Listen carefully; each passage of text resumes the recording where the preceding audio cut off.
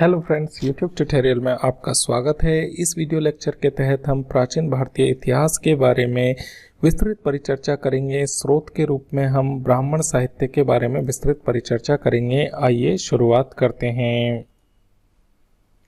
इस video lecture के तहत हम सर्वप्रथम पृष्ठभूमि समझेंगे लिखित स्रोतों की, जिसके तहत हम ब्राह्मण साहित्य के तहत 4 वेदों की परिचर्चा करेंगे, जिसमें ऋग्वेद, यजुर्वेद, सामवेद और अथर्ववेद की परिचर्चा करेंगे। साहित्यिक स्रोत मुख्यतः 2 प्रकार के होते हैं, धार्मिक साहित्य और लौकिक साहित्य। धार्मिक साहित्य में हमें 2 रूप दिखाई देते हैं भारतीय इतिहास में, ब्राह्मण ग्रंथ और दूसरे ऐसे ग्रंथ जो ब्राह्मण धर्म के बाहर के हैं, जिनमें बौद्ध और जैन धर्म के साहित्य को शामिल किया जाता है। ब्राह्मण साहित्य में वेदों को, उपनिषदों को, महाकाव्य, पुराण, स्मृति ग्रंथों को शामिल किया जाता है। ब्राह्मणतर साहित्य में बौद्ध और जैन साहित्य की रचनाओं को शामिल किया जाता है और साथ ही लौकिक साहित्य के तहत हम ऐतिहासिक ग्रंथ या विभिन्न प्रकार के शासकों की जीवनियों को या महत्वपूर्ण व्यक्तियों की जीवनियों को शामिल करते हैं। साथ ही साहित्यिक रूप से रचनाएं जो काव्य या गद्य रूप में की गई है, उनको हम शामिल करते हैं। वेद, वेदों की संख्या 4 है। ऋग्वेद, यजुर्वेद, सामवेद, अथर्ववेद। चारों वेदों को सम्मिलित रूप से संहिता कहा जाता है। वेदों को अपौरुषेय माना गया है और ईश्वर के द्वारा विरचित होने के कारण एवं बहुत सालों अर्थात हजारों सालों तक वेदों को सुनकर याद रखने की परंपरा के आधार पर ही इन्हें श्रुति अर्थात सुनकर याद रखे जाने वाले ग्रंथों के रूप में याद किया जाता है, इसीलिए इन्हें श्रुति भी कहा जाता है।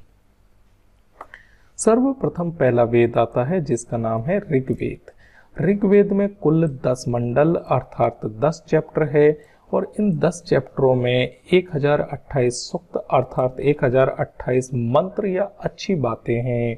इनमें से 1017 सूक्त तो मूलतः हैं और 11 सूक्त ऐसे हैं जो बाल खिल्ले सूक्त या परिशिष्ट के रूप में, जैसे हम किसी पुस्तक के अंत में कुछ बातों को लिखते हैं, उसी तरीके से ऋग्वेद में ये अंत में दिखाई देते हैं। बाल खिल्ले सूक्त मूलतः 8वें मंडल में शामिल किया जाता है। ऋग का अर्थ होता है छंदों और चरणों से युक्त मंत्र। ऋग्वेद की रचना के काल के बारे में जब हम समझते हैं तो इसे मोटे तौर पर इतिहासकारों के द्वारा 1500 ईसा पूर्व से 1000 ईसा पूर्व के बीच स्वीकारा गया है। ऋग्वेद का पहला और 10वां मंडल सबसे बाद में जोड़ा गया प्रतीत होता है। ऐसा माना जाता है कि मूलतः दूसरा और 7वां मंडल ही ऋग्वेद के मूल अंश है, जिसे वंश मंडल भी कहा जाता है और वंश मंडल ही सबसे अधिक प्रामाणिक माना जाता है। वंश मंडल में अग्नि की प्रार्थना की गई है, अग्नि की पूजा की गई है और उसी से प्रारंभ होता है। बाद में इंद्र और वृषभदेव के मंत्र गाए जाते हैं। ऋग्वेद का पहला मंडल अंगिरा ऋषि को और 8वां मंडल कण्व ऋषि को समर्पित है।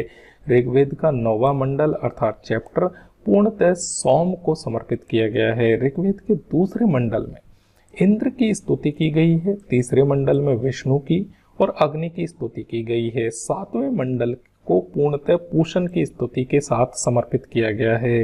पृथ्वी सूक्त और गायत्री मंत्र भी ऋग्वेद में मिलते हैं। आत्मा के आगमन और निर्गुण ब्रह्मा का सर्वप्रथम उल्लेख भी हमें ऋग्वेद में मिलता है, जो बताता है कि वे ईश्वर को निर्गुण रूप में भी देखने का प्रयास कर रहे थे। ऋग्वेद का पाठ अर्थात ऋग्वेद के ग्रंथ को गाने वाला या पूजा कराने वाले पुरोहित को होता कहा गया। ऋग्वेद के 2 ब्राह्मण ग्रंथ है, ऐतरेय और कौशितकी ब्राह्मण, और 2 ही इसके उपनिषद है, ऐतरेय और कौशितकी उपनिषद।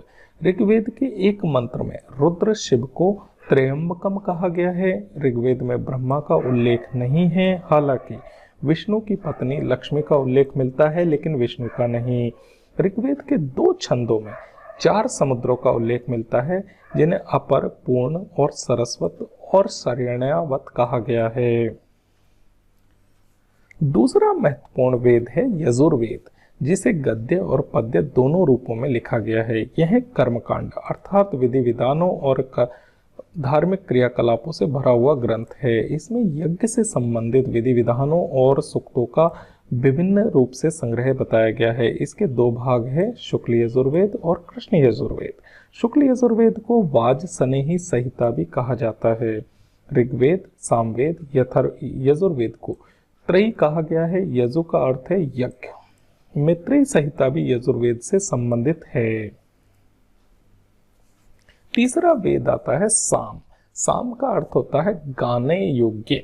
इसके सामवेद के तहत मूलतः 75 सूक्तों को छोड़कर बाकी शेष सभी ऋग्वेद से लिए गए हैं। ये सूक्त गाने योग्य है। सामवेद भारतीय संगीत शास्त्र पर प्राचीन पुस्तक है। इसे भारतीय संगीत का जनक माना जाता है। सामवेद का प्रथम दृष्टा वेद व्यास के शिष्य जैमिनी को माना जाता है। सामवेद में मुख्यतः सूर्य की स्तुति की गई है, जो सूर्य को आराध्य देव के रूप में आर्य परंपरा में स्वीकार करने के प्रति बताता है।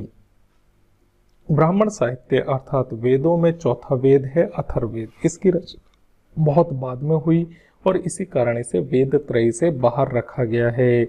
अथर्ववेद में जो मूल विषय हैं उनमें जादू टोना, तंत्र मंत्र संबंधी जानकारी है। साथ ही इसमें औषधीय विज्ञान और लौकिक जीवन के बारे में भी जानकारी मिलती है। अथर्ववेद में मगध और अंग जैसे पूर्वी क्षेत्रों का उल्लेख मिलता है, जो आर्य संस्कृति के पूर्वी भारत में विस्तार के बारे में भी प्रकट करती है। अथर्ववेद में परीक्षित को कुरुओं का राजा कहा गया है। अथर्ववेद में आर्य और अनार्य विचारों में समन्वय भी मिलता है और कुछ जगह संघर्ष भी मिलता है। इसका वाचन ब्रह्मा नामक पुरोहित करता था, अतः इसे ब्रह्म वेद भी कहा गया।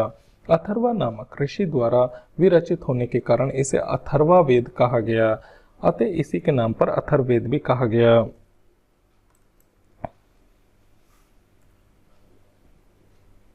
इस वीडियो लेक्चर के तहत हमने ब्राह्मण साहित्य के तहत वेदों की परंपरा के बारे में और वेदों को समझा। अगले वीडियो लेक्चर के तहत हम शेष ब्राह्मण साहित्य के बारे में परिचर्चा करेंगे। Thank you so much.